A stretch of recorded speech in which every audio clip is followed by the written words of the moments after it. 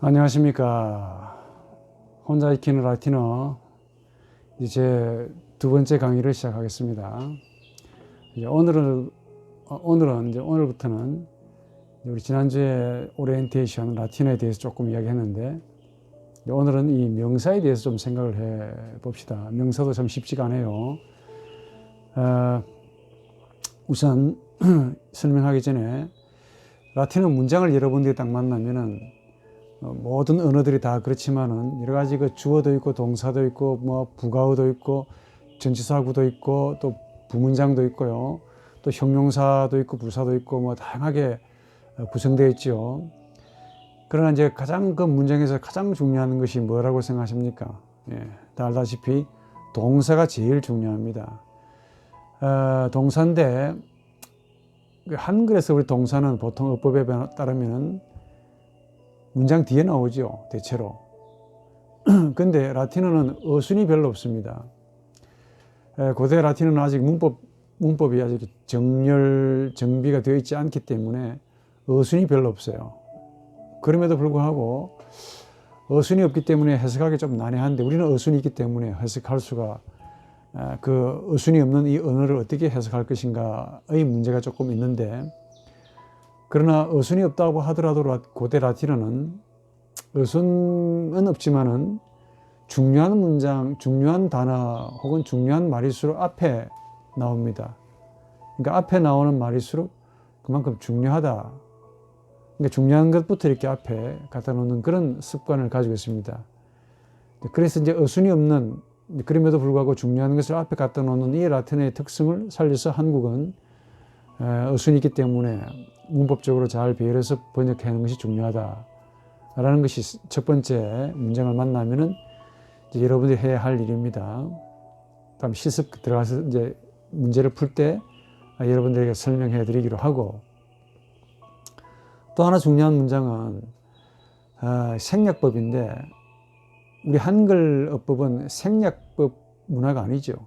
웬만하면 다 이렇게 예의를 갖추어서 다 앞에 문장을 했다 하더라도 다시 그 문장을 가져와서 반복할 때도 거의 생략을 하지 않습니다. 그러나 고대 헬라어나 라틴어는 앞에 무조건 나와 있으면은 반복해서 나오면은 무조건 생략한다 하는 특징을 가지고 있습니다. 그래서 생략법이 많기 때문에 생략 문화가 아닌 이 한글로 이걸 가져올 때는 어떻게 해야 되겠습니까? 생략된 것을 반드시 찾아가지고 보충해가지고 번역해야 그게 올바르게 번역이 되고 또 정확하고 명확한 번역이 될 수 있습니다. 라틴어가 무조건 생략 앞에서 나와서 또 뒤에 반복해서 나올 때 무조건 생략한다 그래서 생략한 것을 그대로 간과한 채, 즉 생략법을 모르고 그대로 번역해버리면 나중에 뜻이 아주 이상해져 버립니다. 그런 경우를 많이 보는데, 사실은 덜 중요하기 때문에 생략하는 것이 아니라 반복해서 나오기 때문에 생략을 하는 겁니다. 그러나 우리는 문법이라는 어떤 토대를 가지고 있기 때문에 생략하지 않습니다. 생략하지 않는 한글로 생략되어 있는 그 고대 언어를 가져오려면 당연히 어떻게 해야 되겠습니까? 그대로 번역해서는 안 되겠죠. 그래서 생략된 것을 보충시켜서 완벽하게 만들어서 번역하는 것이 되게 중요하다. 이게 두 번째 문장에 대한 이야기입니다. 자, 문장을 구성하는 여러 가지 많은 품사가 있다는 거 아실 겁니다. 그 품사들을 좀 정리하면은 대체로 모든 언어에서 똑같이, 사실 여기에서 나왔기 때문에 현대 언어들이 다 그렇게 9개의 품사를 가지고 있다 그러는데, 뭐 그 기능은 고대 라틴어 헬라어에서 나왔기 때문에 그 기능은 그대로 여러분들이 말한 그대로입니다. 근데 명사는 사람, 동물, 사물의 그 명칭을 나타내기도 하고, 형용사는 어때요? 명사를 수식하거나 또 그 명사의 상태, 즉 보호가 되는 것이죠. 대명사는 명사를 대신하는 그런 어법이고, 그 종류는 인칭대명사, 뭐 제기대명사, 강의대명사, 지시대명사, 관계대명사, 의문대명사, 부정대명사 등등이 있습니다. 또 수사는 뭐 수를 나타내는 거죠. 기수가 있고 서수가 있고요. 동사는 이제 가장 중요하죠. 사람이나 그 동물이나 그 상태의 모든 움직임을 동작을 나타내는데 이 동사가 사용됩니다. 또 부사는 그 동작이나 부사니까 그 상태의 방법이나 장소, 정도를 설명해주고 있죠. 또 접속사는 낱말과 낱말, 문장과 문장과의 관계를 연결을 시키기 위해서 이제 사용된 겁니다. 뭐 감탄사는 그냥 감탄하는 거고, 뭐 대략의 9가지가 있다고 그러는데 반드시 또 그렇지만은 않습니다. 그건 그렇게 중요하지 않죠. 중요한 포인트는 뭐냐면은 모든 언어를 공부함에 있어서 제일 중요하죠. 라틴어 동사가 제일 중요합니다. 그래서 동사의 이해가 가장 필요해요. 제 경험에 따르면은 동사와 명사를 함께 공부하면은 신학대학원이나 우리 학부 학생들한테도 이렇게 가르쳐 봤지만은 아주 혼란스러워합니다. 왜냐하면 그 꼬리 변화가 이제 차후 하겠지만 꼬리 변화가 헷갈려요. 이제 그래서 제가 내리는 이제 단연간의 경험에 의하면은 판단은 동사와 명사를 좀 분리해서 공부시키는 것이 좋겠다. 왜냐하면 동사와 명사가 문장의 전체를 구성하는데도 과언이 아니거든요. 그러니까 엄밀히 말하면 동사를 점령하기 위해서 사실은 명사를 먼저 가볍게 공부를 하는 것이 좋겠다 하는 것이죠. 동사는 알고 보면 굉장히 복잡합니다. 아주 많이 변하는데, 한 동사가 아주 많이 변하는데 이 동사를 완전히 점령을 하셔야만이 이제 라틴어 여러분들이 문장을 만날 때 이 동사가 그 문장에서 동사를 발견하고 그 동사에 일치하는 주어를 찾고 그 나머지는 이제 여러분들이 부가어로 갖다 맞추면은 번역이 되어 있습니다. 그 동사를 완전히 점령하기 위해서 반드시 명사를 정복해야 한다 하는 것이 이제 제 첫 번째 경험이고, 또 명사를 먼저 정복해야 하는 이유는 명사만 관련되어 있는 게 아닙니다. 그 명사의 꼬리 변화가 있는데 이 명사 꼬리 변화를 잘 아시면 동사의 동사 꼬리 변화에도 굉장히 도움이 돼요. 그 다음에 이 명사 꼬리 변화는 곧바로 형용사하고도 직결됩니다. 부사는 이제 형용사와 달라서 형용사의 변종인데 크게 어렵지 않습니다. 정말 어렵지 않습니다. 형용사가 명사의 꼬리 변화를 그대로 닮아가지고 변하기 때문에 명사를 제일 이해하시면은 형용사도 그냥 덤으로 이해하고, 또 거기에서 조금 변종인 대명사가 있습니다. 아까 우리 말씀드렸죠. 대명사도 아주 쉽게 넘어갑니다.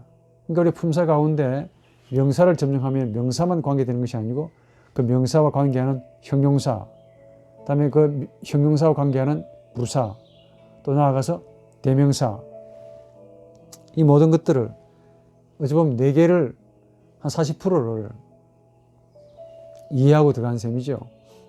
그리고 난 다음에 이제 동사를 점령하시면 된다, 이게. 그만큼 동사가 이제 차지하는 비중이 크다. 모든 언어에서 다 마찬가지로.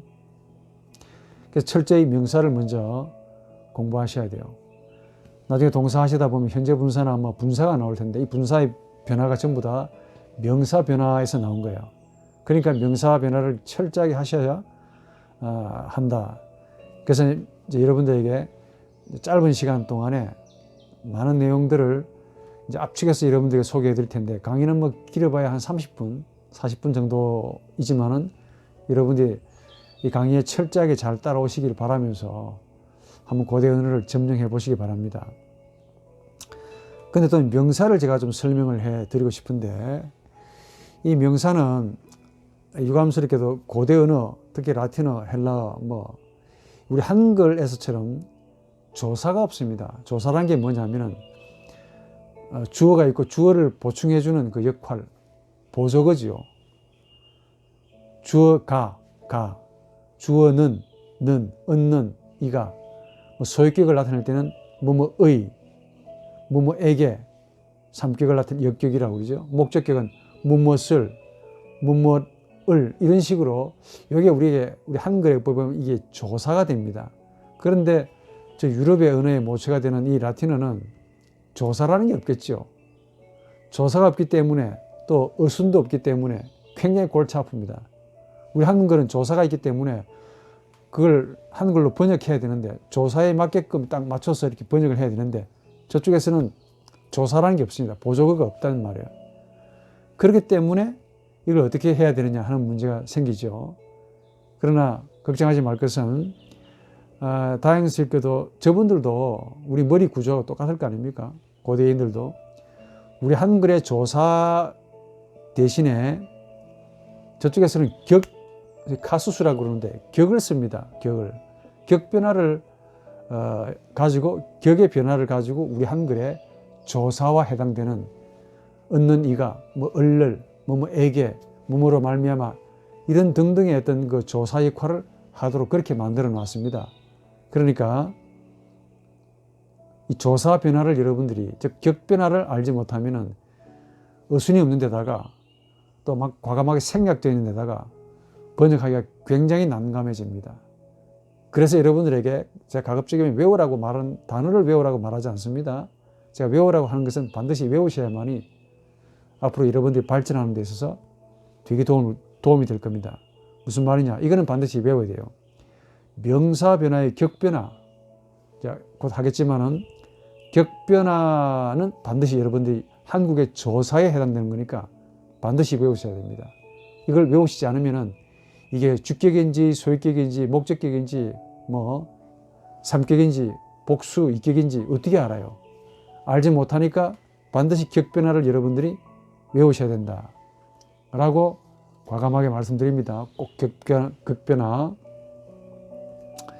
그리고 보통 우리 한글의 조사를 먼저 이해하시면은 격변화와 똑같으니까 라틴어 격변화와 함께 이해가 될 거라고 보는데, 우리 한국의 격은 보통 주격, 소유격, 역격, 목적격 이렇게 구성되어 있죠. 주격은 어떻게 해석합니까? 주어는 또 소유격은 얻는 이가로 보통 주격은 그렇게 해석하죠. 소유격은 하나밖에 없죠. 뭐뭐의, 누구누구의 이렇게 해석합니다. 역격은 누구누구에게 뭐 그렇게 해석하죠. 목적격은 누구누구를, 무엇을 그런 식으로 얼를 그렇게 해석을 하게 됩니다. 이렇게 해석하고 혹격은 또 부르는 거니까 누구누구야 라고 이제 부르는 거죠.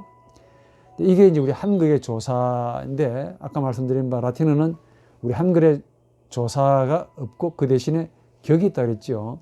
이 격이 내나 조사의 역할을 하는데, 그 명사의 격 변화를 여러분들이 잘 아셔야 된다 그랬죠. 자, 그러면은 명사의 격을 우선 공부하기 전에, 명사라고 하면은 우선 이 라틴어 명사는 세 가지 특징을 가지고 있어요. 하나는 뭐냐면은 성, 두 번째는 수, 세 번째가 이제 격입니다.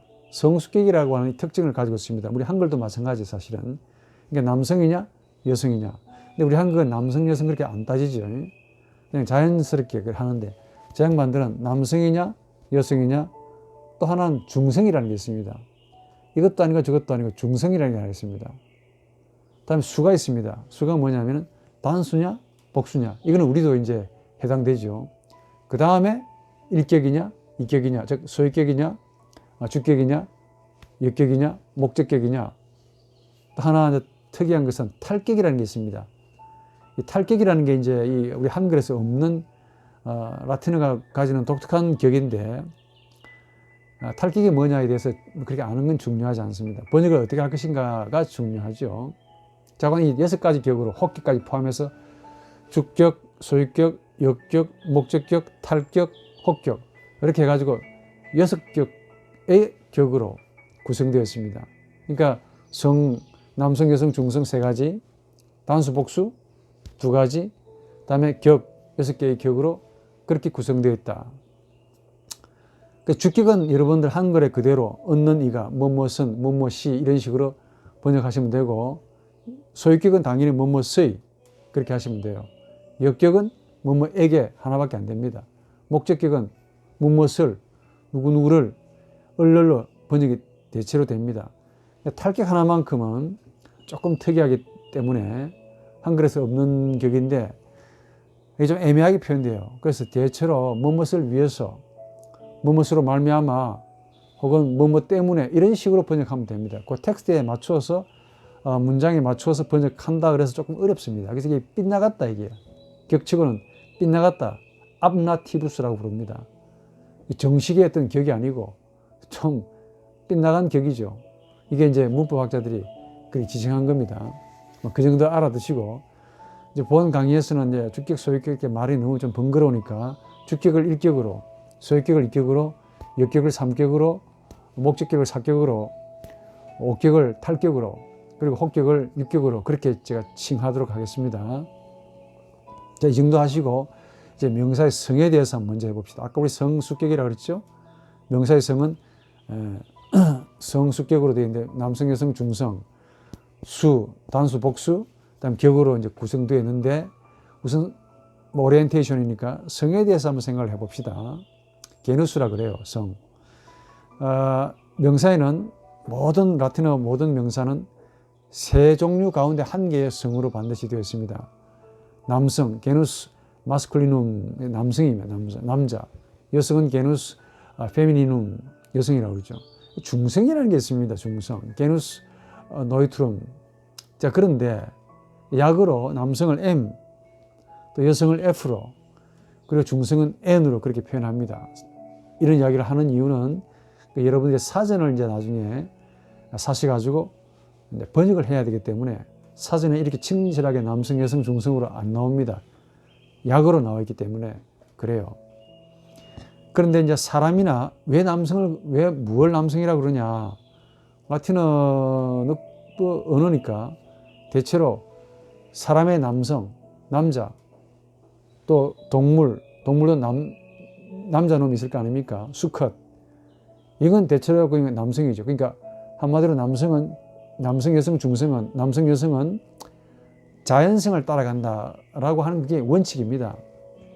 근데 이제 파테르가 있는데 아버지라는 말이에요.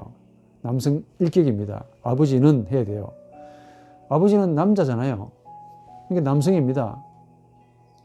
노미누스, 여기 참고로 단어에다 꼬리가 우스가 들어가면 이게 남성임을 암시합니다. 뭐 도미누스, 옥타비아누스, 아우구스티누스, 스파르타쿠스, 막시무스, 이게 고대 로마인들의 언어인데 그 뒤에 우스가 들어갑니다. 반드시.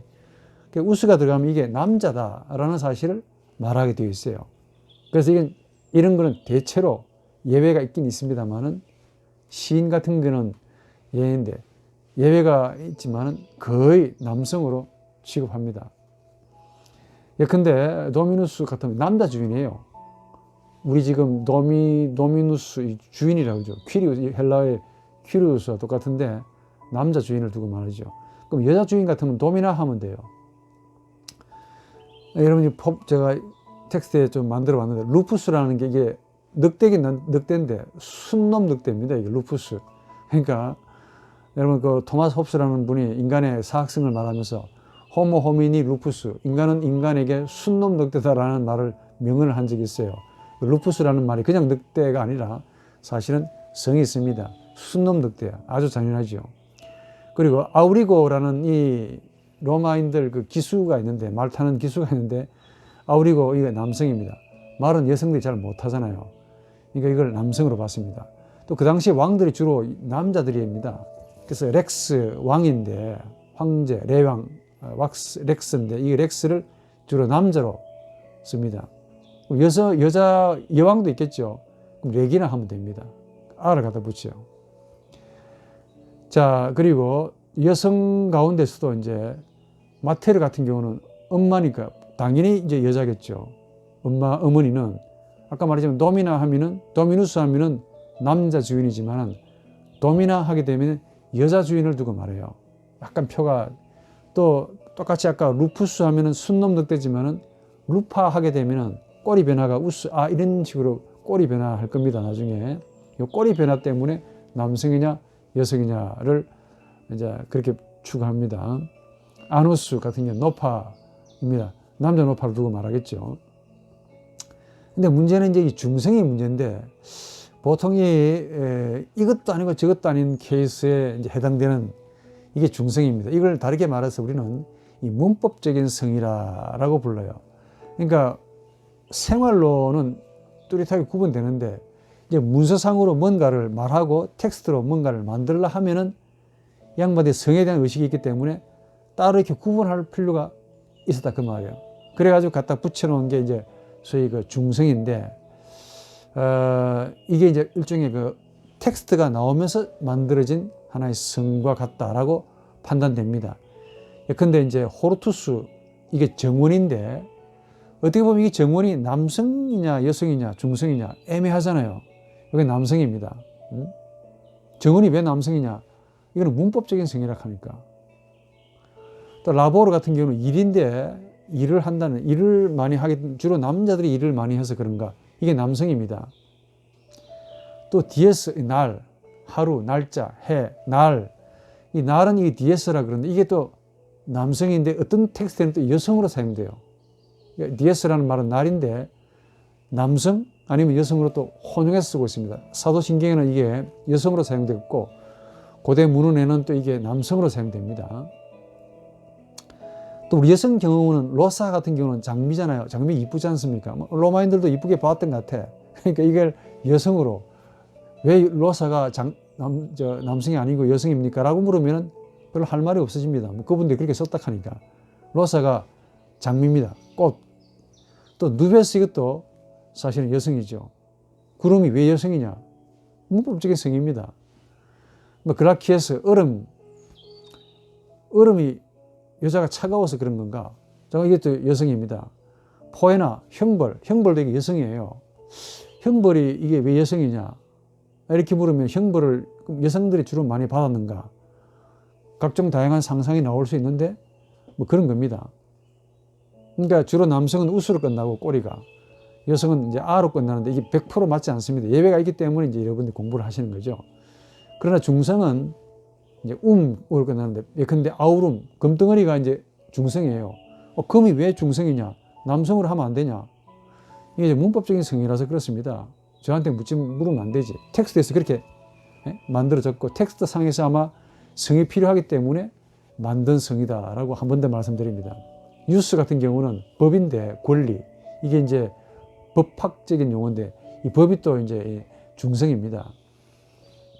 이런 특수한 문법적인 성도 있고 그 다음에 남자 이름 같은 경우는 당연히 이제 남성이죠.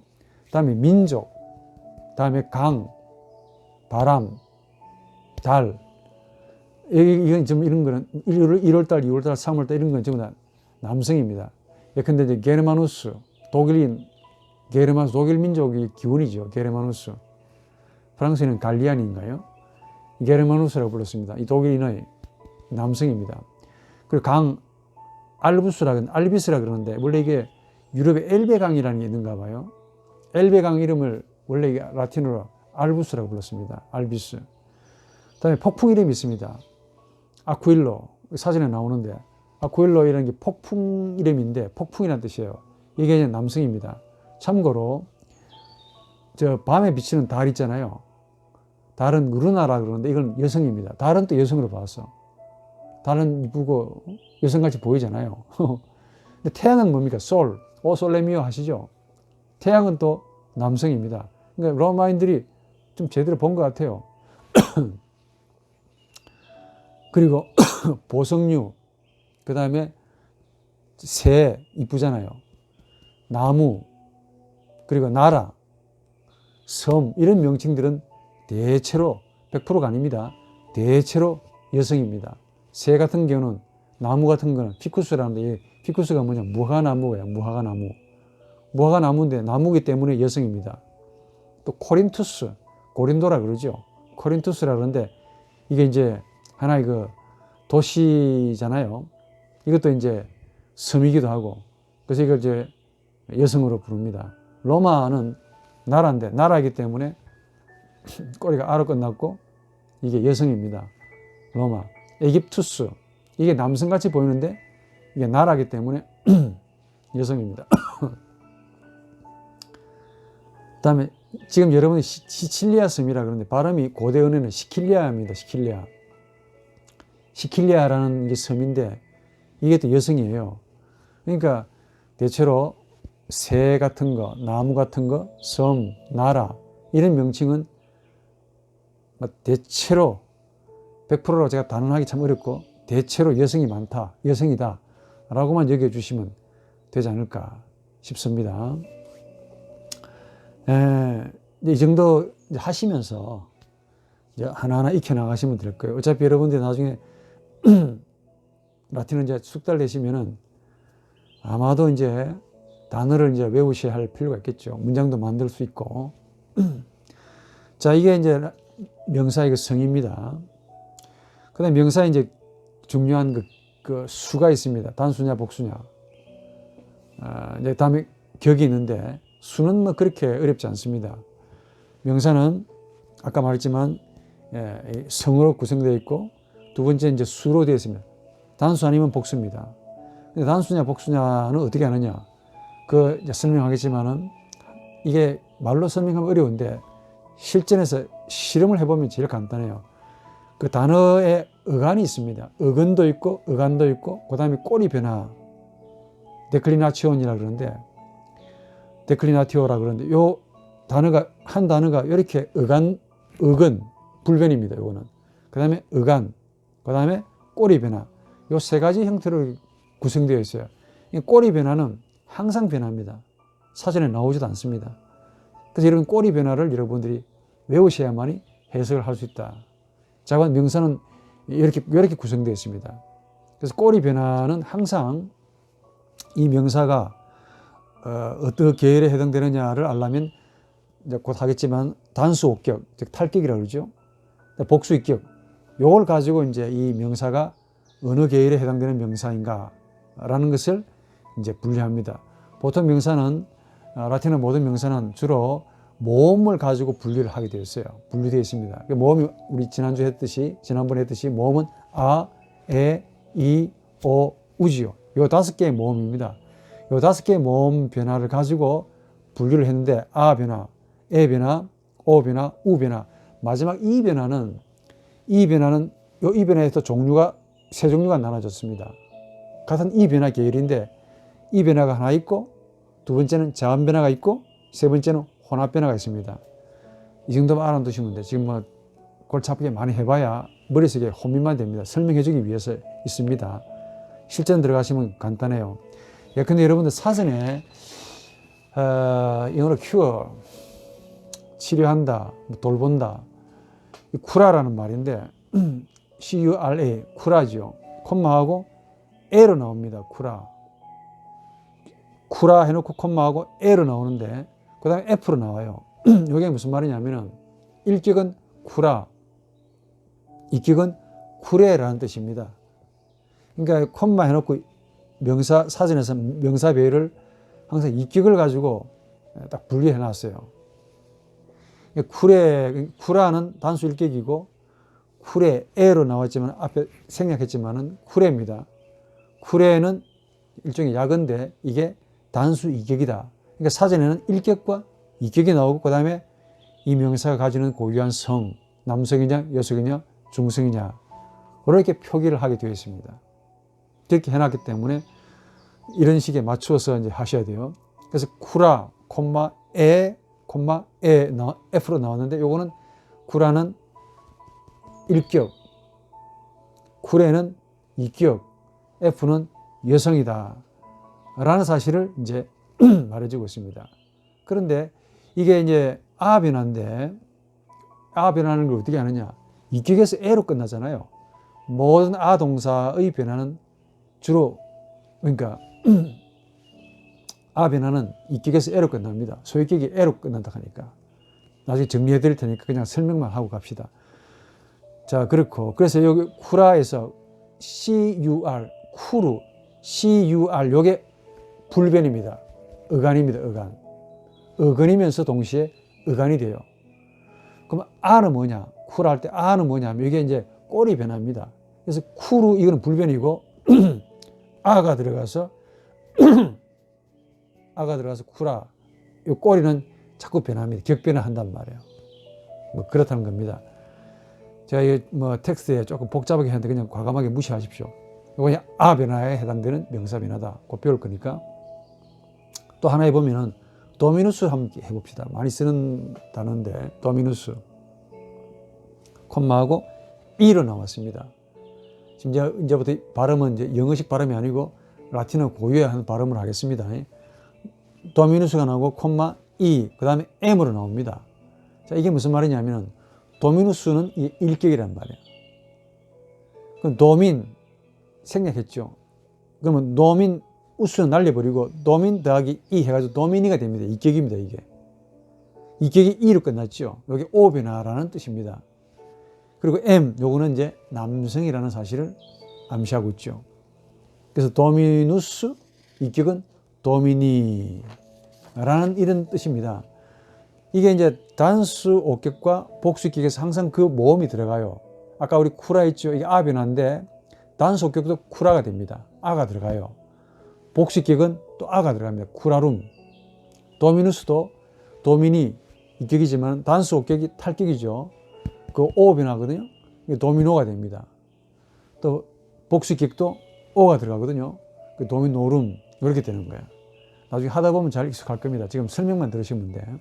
그래서 도민까지가 이게 어근이면서 어간이 되고 이제 나머지는 꼬리다. 이 꼬리는 주구장창 변하니까 꼬리만 가지고 여러분들이 꼬리를 잘 외우라는 게 바로 이격변화인데 이격변화를 잘 외우라는 게 바로 우리 한글의 조사에 해당되는 거니까 이게 일격이냐 소유격이냐 목적격이냐 혹격이냐 이런 등등을 알기 위해서 그렇게 말해 놓은 겁니다.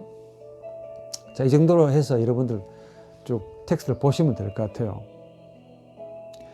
자, 그리고 이제 마지막으로 이제 가장 중요한 격변화를 여러분들에게 이제 소개할 텐데, 명사는, 라틴어 모든 명사는 6개, 즉 한글에 해당되는 한글로 놓고 보자면은 이제 한글은 우리 4개밖에 없잖아요. 1격, 2격, 3격, 4격, 혹격까지 포함해서 5개인데, 이 라틴어는 혹격이라는 게 하나 더, 탈격이라는 게 하나 더 들어가 있습니다. 그래서 6개예요. 6개인데, 주격은 카수스 노미나티브스라 그래서 말 그대로 주어만 됩니다. 이 주격은 반드시 일격이라고 부르고 주어가 돼요. 반드시 주어가 됩니다. 일격을 잘 찾아야만 여러분들이 문장의 주어를 찾는다. 크게 도움이 됩니다. 요거는 우리말로 어떻게 번역할까요? 예. 은, 는, 이가, 주어는, 주어가, 시, 무슨 이런 식으로 밖에 번역 안 됩니다. 그렇게 번역해주면 딱 맞게 되어 있습니다. 이 주격입니다. 소유격은 이격이라고 그러죠. 카수스 게니티부스라고 그럽니다. 이격이라고 그러는데 소유격이 하는 일이 뭘까요? 명사가 어떤 것의 주인이 되는가를 표현하죠. 그래서 뜻은 하나밖에 없습니다. 우리 한글과 똑같이 뭐뭐의 뜻을 가집니다. 역격은 카수스 다티부스라고 그러는데 주어로 하여금 무엇을 받는 구실을 하게, 또 주어가 뭔가를 향하도록 하는 어떤 그런 동작의 기능을 나타내죠. 그래서 우리말로 번역할 때는 뭐뭐에게, 누구누구에게, 누구누구한테 라는 식으로 번역합니다. 이게 역격이라고 그러고 삼격이라고 부릅니다. 앞으로 제가 삼격이라고 많이 부를게요. 목적격은 카수스 아쿠자티부스라 그러는데 행위의 주어가 자신의 행위의 목적을 나타내는 하나의 그 동작의 무엇을 나타내는 거죠. 목적은 목적어. 그러니까 그 주어가 어떤 의도나 자신의 그 목적을 이루기 위해서 뭔가를 행할 때 나타내는 하나의 명사인데, 그래서 우리 번역을 할 때는 명사를, 목적어를, 을을 이라는 뜻을 가집니다. 특히 타동사, 목적어를 받는 타동사의 경우는 반드시 행동이나 대상, 목적물이 되는 것을 뜻하겠죠. 이론적으로 그렇다는 겁니다. 가장 중요한 탈격이 있는데, 탈격은 카수스 암라티부스라 그러는데 이게 빗나갔다는 겁니다. 이게 뭐냐면은 이게 독특한 격입니다. 여러 가지 뜻으로 해석이 될 수밖에 없어요. 이게 이제 고전에서 이제 뭉텅그려서 이렇게 막 다양한 뜻을 가지고 있지만은 현대 언어에 오면 올수록 이게 정비가 됩니다. 독일어도 그렇고 불어도 그렇고 영어도 그렇고 정비를 시켜가지고 탈격이라는 게 이제 그 유명무실하게 되어버리는데, 고대에서는 줄창 많이 썼습니다. 아직 언어가 이제 BC 3세기, 2세기, 1세기, 이 당시에 그 아직 지금보다 2000년 전의 이야기 아닙니까? 굉장히 문법이 아직 정리가 안 됐겠죠. 원래 언어는 구문에서 나온 겁니다. 구어에서 나왔다가 나중에 이제 문서가 필요해서, 처음에 대문자 썼다가 나중에 필요해서 소문자 쓰듯이 이 말에서 나왔다가 그 다음에 이제 문장이 나오고 그 다음에 문서가 나온 겁니다. 문법이 거기서 나온 거죠. 그러다 보니까 이제 이런 격이 나온 겁니다. 우리식으로 어떻게 번역하냐? 다양한 뜻이 있습니다. 그래서 이게 좀 어렵다는 건데 수론의 분리, 이탈, 원인, 수단, 방법, 곳, 때를 나타냅니다. 아주 뜻을 다양하게 가지고 있는데 그 텍스트에 맞게 번역하시면 되는데 지금 여러분들에게 굉장히 막연하게 들릴 거라고. 그래서 제가 몇 가지 집어드리면 뭐뭐로서 혹은 뭐뭐로 말미암아, 뭐뭐 때문에, 뭐뭐에 뭐 이런 식으로 장소를 나타내기도 하고 수단을 나타내기도 하고 관계 방식을 나타낼 때 그렇게 번역하면 된다 그 말입니다. 탈격은. 혹격은 카수스 보카티부스라 그러는데 누구누구를 부를 때 쓰는 것이죠. 딱 하나 예외를 두고는 항상 주격하고 똑같습니다. 우리도 저 혹격을 부를 때 누구누구야 라고 부를 때 주격하고 주격을 부르잖아요. 그러니까 주격하고 항상 혹격하고 우리 한글은 거의 일치하지요. 내가 볼 때 그 일치한다고 보는데 라틴어도 일치합니다. 딱 하나 예외가 있습니다. 그 예외는 공부할 때 이제 하기로 하고 그 예외 하나만 빼고 나면은 뭐 그냥 무난하게 이제 넘어갈 거라고 생각합니다. 두 번째 강의인데 여러분들에게 세 번째 강의부터 이제 명사 변화에 대해서 직접적으로 여러분들이 공부를 이제 같이 할 겁니다. 이 강의는 1시간 옛날 제가 학생들 앞에 이렇게 강의했듯이 1시간씩 이렇게 안 할 겁니다. 해보니까 학생들 지치고 저도 피곤하고 그냥 가볍게 듣고 반복해서 듣고 또 쉽게 듣도록 하기 위해서 압축해 해가지고 여러분들에게 가급적이면 제시할 거니까 많이 보시고 라틴어 실력을 많이 향상시키시면서 특히 이 강의를 들으시는 분이 목회에 관계되는 분이라면 특히 공부를 열심히 하셔서 성경의 좋은 번역, 신학 사조, 신학 공부들을 포괄적으로 하셔서 참 좋은 목회를 하시기를 바라는 뜻에서 여러분들에게 당부드립니다.